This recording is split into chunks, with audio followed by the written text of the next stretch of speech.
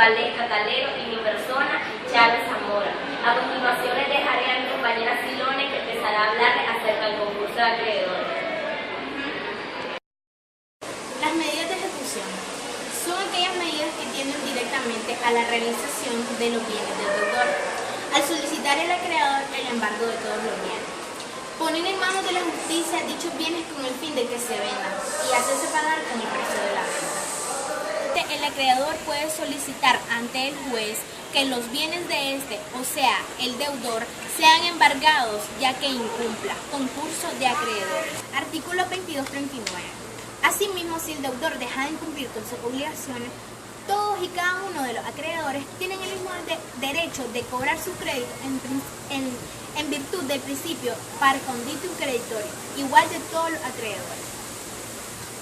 Todos los acreedores son de igual condición, salvo que concurran aquellos que gocen de la preferencia o el privilegio para el cobro. Les había dicho antes, en el principio par conditum creditorum es igual a todos los acreedores. Se cumplirá el pago de la deuda deudor a los acreedores por igual, varios acreedores, todo por igual. Si existiera una insolvencia, podría pagarse para su patrimonio. El concepto del concurso de acreedores.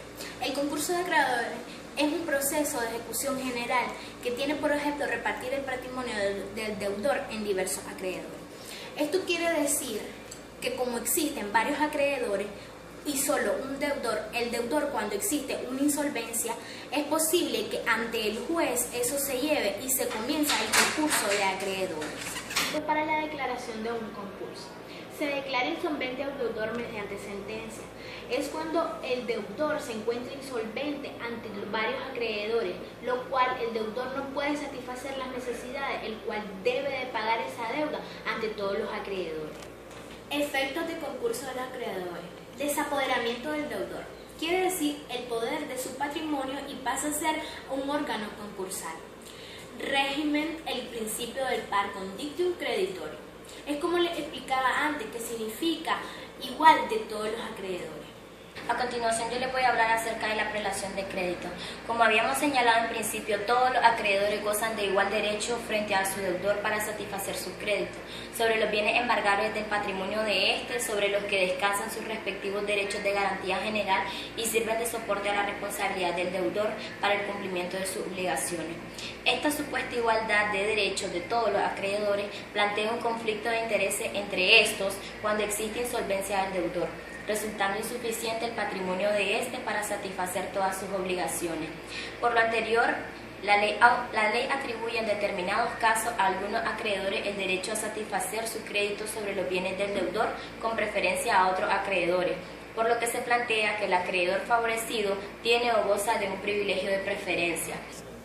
Es decir, que con lo anterior ya mencionado, todos los acreedores se pueden dirigir hacia los bienes del deudor para satisfacer su crédito y sobre el patrimonio de este embargar, ya sea una parte de los bienes o todos los bienes para satisfacer toda la deuda con sus acreedores, siempre y cuando no se metan en cuenta los bienes que no pueden ser embargables, como son los de la subsistencia para vivir.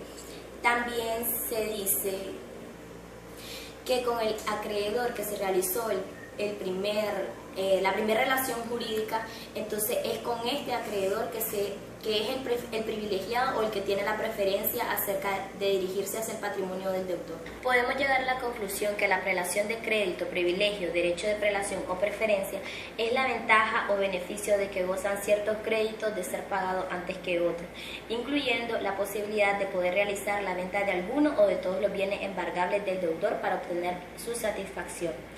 El acreedor favorecido con el privilegio crédito preferente ostenta prelación y en este caso se habla de créditos privilegiados o preferentes para el cobro de sus créditos antes que otro acreedor. Las fuentes de la prelación surgen por disposición legal. En consecuencia, es la ley su única fuente, no siendo posible un acuerdo de las partes encaminado a otorgarla tal carácter al crédito que ellas han constituido. Lo que da a entender es que solamente los que están hechos con contrato o por medio de una escritura pública es que se puede, este es el acreedor que puede dirigirse acerca patrimonio del deudor utilizando la prelación de crédito, que es decir, es la preferencia de crédito. A este acreedor se le va a pagar antes que a los demás acreedores porque es con el que primero se realizó el contrato, por así decirlo. Características de los privilegios son legalidad. Como hemos visto, el origen de los privilegios se caracteriza en la ley, por lo que su existencia se limita solo en aquellos casos establecidos en la ley. Excepcionalidad. Los privilegios son una excepción al principio general de igualdad de condición y trato de todos los acreedores. Accesoriedad. Los privilegios son facultades concedidas al acreedor que acompañan su derecho de crédito, por lo que son accesorios al crédito mismo. No se puede disponer de ellos con separación del crédito del que son accesorios. Ahora bien, hablaremos de naturaleza jurídica. Se dice que no existe uniformidad de criterios en la doctrina en relación a la naturaleza jurídica de los privilegios, ya que se trata de determinar si los privilegios son derechos reales o constituyentes, una simple cualidad del crédito.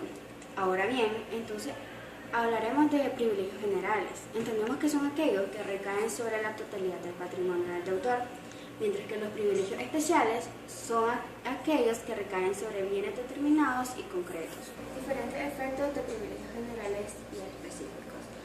Los privilegios generales otorgan al acreedor a quien no ostenta el derecho frente a los acreedores comunes u ordinarios a ser reintegrados, preferentemente cualquiera que sean los bienes realizados, y sin embargo los privilegios especiales confieren a su titular la posibilidad de persecución del bien sobre el que recaen, de tal manera que se considera que los privilegios generales no son derechos reales, pues no recaen sobre un bien determinado, mientras que los privilegios especiales por recaer sobre cuerpos que están dotados de repercutoriedad sí son derechos reales. Con respecto a lo anterior, la normativa que establece los privilegios no concede al acreedor ningún derecho subjetivo autónomo. El privilegio es una simple cualidad del crédito, una facultad atribuida al mismo, que forma parte del contenido general de un derecho más amplio. Esta facultad solo posibilita al acreedor poder reclamar el cobro y preferentemente frente a los otros acreedores. Efectos de la prelación. El efecto primordial de los privilegios es que el crédito al que corresponde excluye en la ejecución a los créditos comunes u ordinarios, aplicándose además el principio de que los órdenes anteriores excluyen a los posteriores. Los privilegios se hacen efectivos sobre el patrimonio transmisible del deudor, o sea, sobre los bienes que no gozan de inembargabilidad. Cuando concurren créditos privilegiados del mismo orden y el patrimonio del deudor es insuficiente para satisfacerlos, se aplica la ley de dividendo, en este caso a prorrata, es decir, que todos los acreedores se dividen entre sí el patrimonio del deudor. De esta manera terminamos nuestra exposición. Muchas gracias por su atención.